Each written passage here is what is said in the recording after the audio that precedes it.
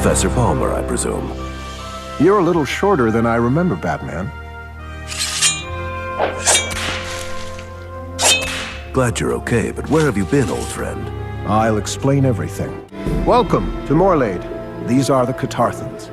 I discovered them one day when I was looking for rare flora. Their spacecraft crash-landed long ago, and they've been marooned here ever since.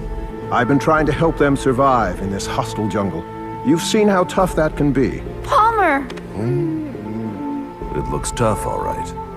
I'm so pleased you returned safe, my love. My dear, may I introduce Batman of Gotham City? Batman, this is the Princess Laithwood. Your Highness. Perhaps now you can see why I've been gone. Let me show you what I'm working on. I've been helping the Catarthans fix their ship so they can return to their home planet. Their warp drive uses a white dwarf star lens to focus plasma. The repairs are nearly done. You and Palmer have saved my people. Soon we will marry, and you will rule by my side. Power of the Atom #1 by Roger Stern, Dwayne Turner, and K.S. Wilson. Cover dated August 1988. Ray Palmer's last bid to star in his own ongoing series is launched off the back of the bird he was riding before colliding into 3 nondescript men with handguns. He's still in a variation of his classic costume, aside from the open hair mask from his Sword period, though we know from the Secret Origins cover and promotions that he will soon duplicate Superman from the waist down. I suppose it's a dynamic cover for what it's depicting, but it doesn't seem like readers were buying what was being sold here in 1988. Actually, it wasn't selling in 68 or 78 either. But in Power of the Atom's defense, nobody's out there swiping Jackson Geiss's Flash #1 cover either. The splash page has more punch but less fanboy-friendly detailing, as Atom bursts out of a rotary phone in an explosion of plastic and speaker parts. Ray then grows to about half his normal human size and his costume disappears. The call answerer was Norman Brawler, the author of Ray Palmer's authorized biography, who is the Norman Mailer as this comic is to the books it was being sold as emulating. Theoretically, Ray had gotten messed up by traveling through a satellite signal rather than his usual landline, and he was a short, sweaty mess who swiftly passed out. A few hours later, Ray gives Norms the first chapter of his new biography. Well, given that this is Ray's last solo series, probably just an update and expanded edition of the Atom's farewell. They should also add an S to pluralize farewell. In case you missed it, they recap the present-day material from Secret Origins #29, where Ray finds the white dwarf matter in the Amazon jungle. Ray discovers that the material is psychosensitive at close proximity, and that was how Ray had willed himself to survive size changing, where the objects he tested in his early research just exploded.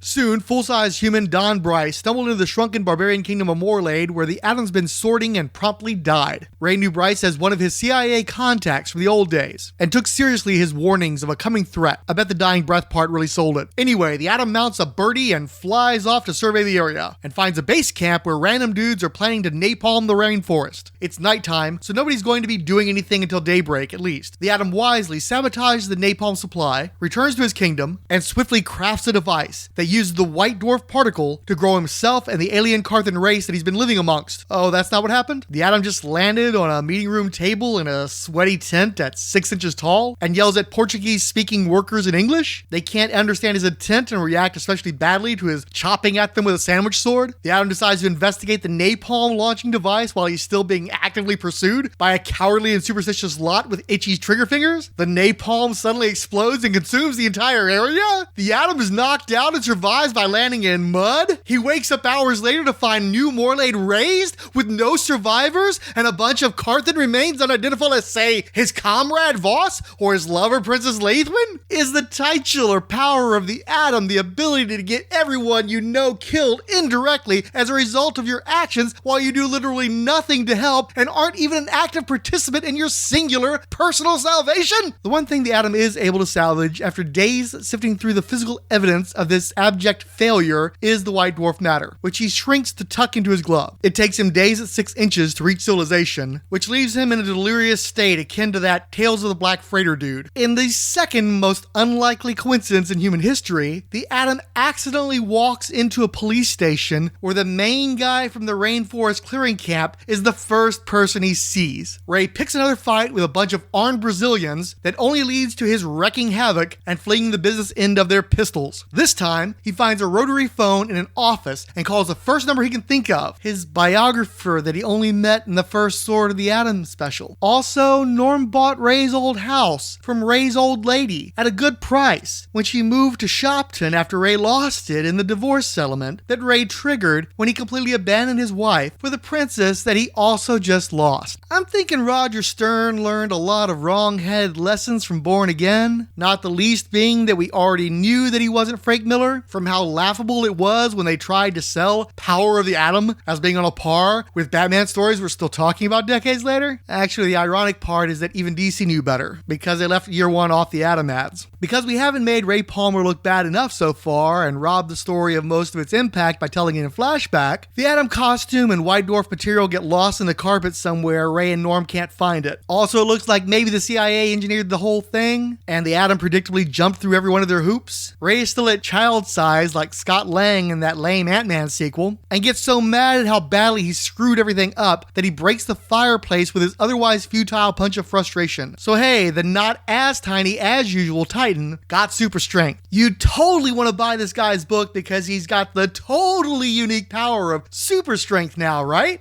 I know the jungle better than anyone. Stay here with the princess. Friends of the Atom include Alan Middleton, Andy Hardy meets Debs and Cant, Dr. Ange, Knews, Chris Dunford, Chris Lydon, Comic Buzz, Dave's Comic Heroes blog, Doc Strange, Dr. G Nerdologist, Ed Moore Jr., Green Lantern HG, I'll Be the Light in the Dark, Illegal Machine, I Was Joe Crawford, Jeffrey Brown, They Them, Keith G Baker, King Size Comics, Giant Size Fun Podcast, Hope Riptide IV, Portugoth, Ranger Gord, Reverend Odell Abner Dracula, Ryan Daly, Shinkun, Siskoid, Tim Price the Podcrasher, Torah, Vera Thoris of Mars, and Zoisha, hashtag Stop Asian Hate. Tim Price noted of the Secret Wars number 29 podcast, Roger Stern goodness. Illegal Machine noted, can't stop staring at his crotch to be honest. Vera Thoris said, that reminds me, I was gifted Sword of the Atom floppies, bagged and boarded. Read them, it's good stuff. Finally, Jeffrey Brown noted, I am aware of Dwayne Turner's art from seeing his work on comics like Wolverine, Spawn, Stormwatch, and other stuff. I wasn't aware of his late 80s DC Comics work on the Atom. The preceding Atom-related program is a non-profit fan production. Any copyrighted materials contained therein are believed borrowed under fair use with no copyright infringement intended. Please feel free to leave comments either on the Power of the Atom blog or at Rolled Spines Productions WordPress blog. You can also send us Twitter comments through Commander Blanks, my personal account, or through the Rolled Spine Podcast Twitter. Thank you for listening.